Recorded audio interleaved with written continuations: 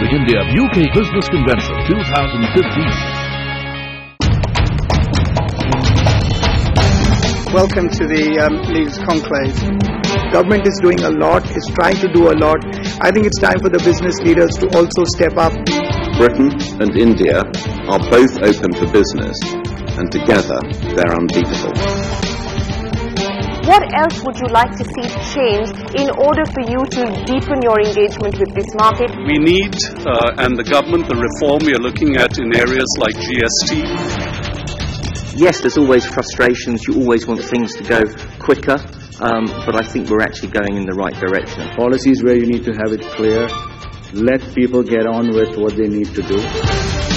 तुम जानो तुमको गैर से जो रस्म राह हो मुझको भी पूछते रहो तो क्या गुनाह है? Maybe ask after us a bit is no harm. Thought or specific idea that you would like both sides to focus on? Well, I would like on the Indian side to create an enclave for SEZs where global institutes come and give their own degrees, follow whatever they want, charge their fees, do anything, and the government to lay off. This is the moment to come to India when yields elsewhere are looking good, risks elsewhere are looking high. India has a real chance to make its name. And there's been a lot of rhetoric from the government. We now have to see what this actually means in real terms. Unless we provide the infrastructure, the rest of what everybody said will not happen. It is absolutely win-win.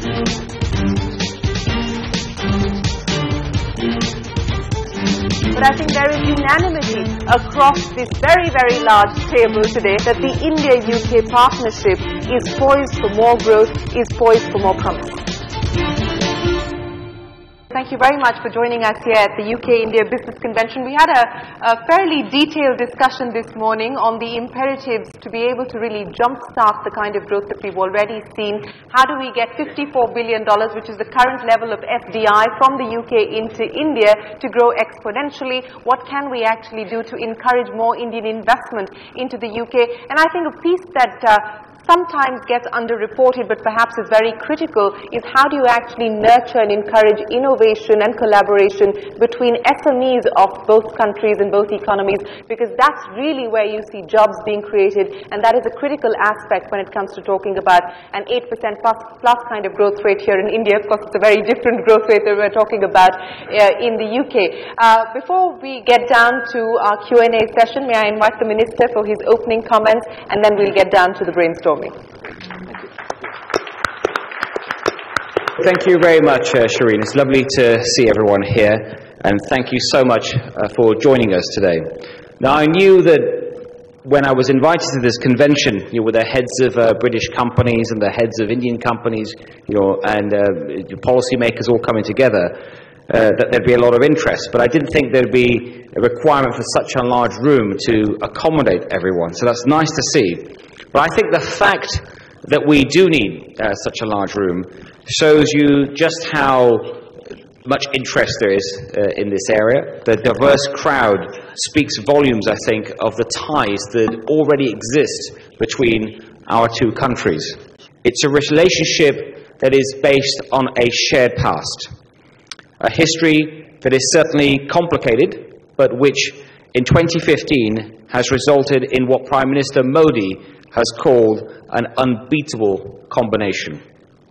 A combination that can bring immense benefits to both of our nations, not just in commerce, but in education and culture too. The UK is the home to one of the largest Indian diasporas in the world.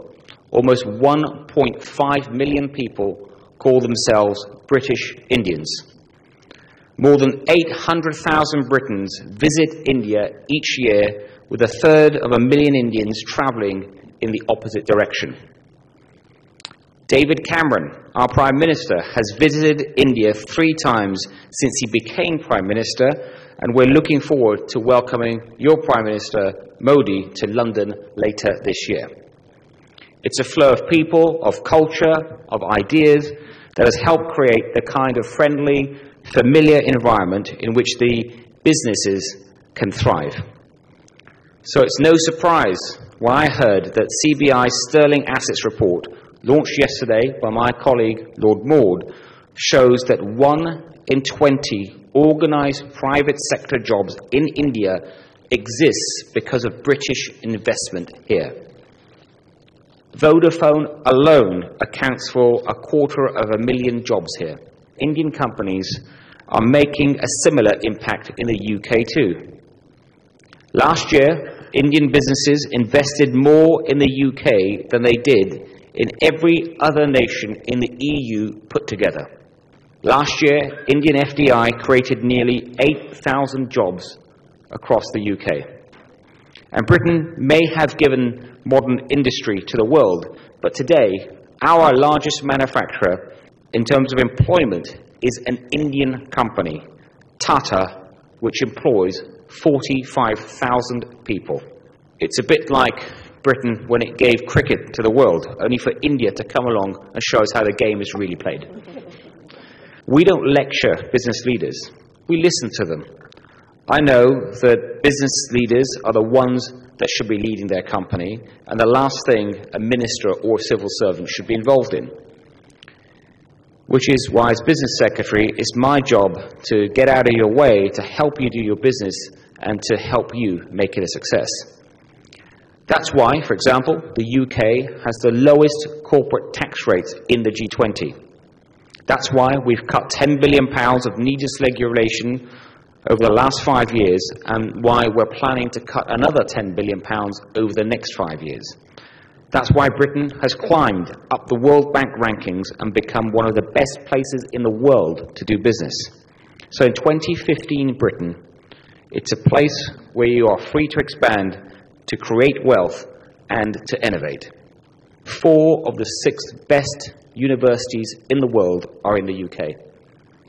We have catapult centres that bring those universities together with global companies in order to commercialise their research and development work. The highest ranked G20 nation in the Global Innovation Index. Now I want to focus on what we can do together over the years to come. Now, Prime Minister Modi has set out a visionary agenda for growing India's economy, and I want the UK to be your partner of choice on that journey. It's a partnership that can take many forms. For example, there's our Smart Cities programme. The UK is at the forefront of creating and implementing ever more sustainable and smarter cities.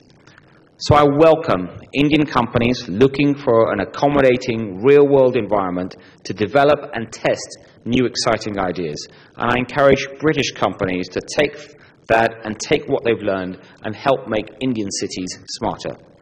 In the World Bank's Ease of Doing Business League table, India is ranked 142nd out of 189, behind the likes of Sierra Leone, Ethiopia, and Pakistan. Barriers to doing business hamper domestic ambition, and they hurt international investment. They stop leaders from fulfilling their potential, they get in the way of job creation, and they stifle economic growth. So I was delighted to hear that Prime Minister Modi wants to catapult India into the World Bank's top 50. And I'm pleased that the UK is already hard at work in helping to make this happen. Our High Commission here in Delhi is already talking to state and central governments about how we achieve this, and we even have a representative on the Indian government's expert committee on the ease of doing business. Meanwhile, one of our hosts here today, the UK-India Business Council, has signed a memorandum of understanding with the Maharashtra Indian Development Corporation to offer UK support and expertise in this vital area. So India and Britain are 2 countries who boast not just a shared history, but a shared future. We have a unique relationship, a special relationship, one that can reap dividends for businesses and citizens in both of our countries. All of us, government, business, civil society, must work together to turn possibilities into reality and to make sure that Britain and India truly remain together an unbeatable combination. Thank you.